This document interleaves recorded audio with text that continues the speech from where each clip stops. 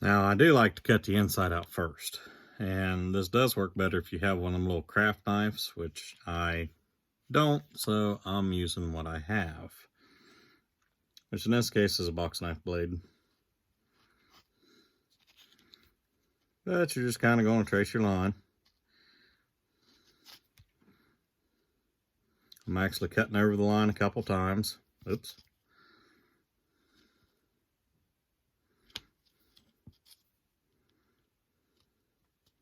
That way I'm all the way through the gasket material. It's just kind of like playing follow the leader. When I get the inside cut out, which you can start to see the outline on it, once I get the inside cut out of it, I use just plain Jane pair of scissors. Take a pair of scissors, cut the outside of it, take my drill bit, drill the holes, and I'm done. So, kind of the main thing is to just take your time and be careful. You know, we don't want to cut our fingers, which, being a mechanic, I've always got some kind of cut on a finger anyway. But you don't want to have to make, you know, a dozen of these because you keep rolling them. So, just kind of go slow. Take your time.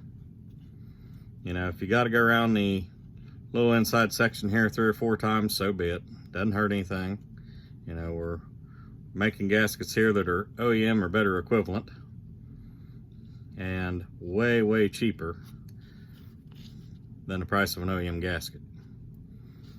And when you get into like this 2 series stuff and a lot of your older saws, the 041, I had to make all my gaskets for it. Yeah, I end up making a lot of gaskets. I've made base gaskets, exhaust gaskets,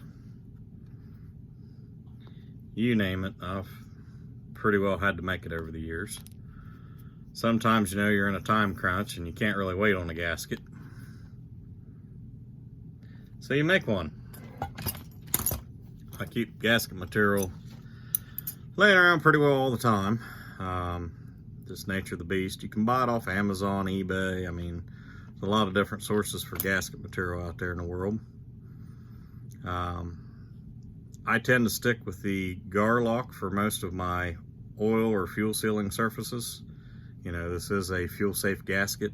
No matter what gasket material you use, you got to make sure that it's fuel safe and oil safe, or rated for fuel, rated for oil. Your neoprene, stuff like that, they aren't made to be in contact with fuel.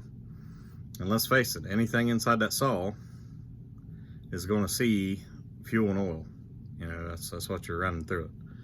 So just kind of be aware whenever you choose your gasket material, you know, what you're after, what you're trying to do with it. And just like that, we have our gasket. Nothing to it. Pop a couple holes in it.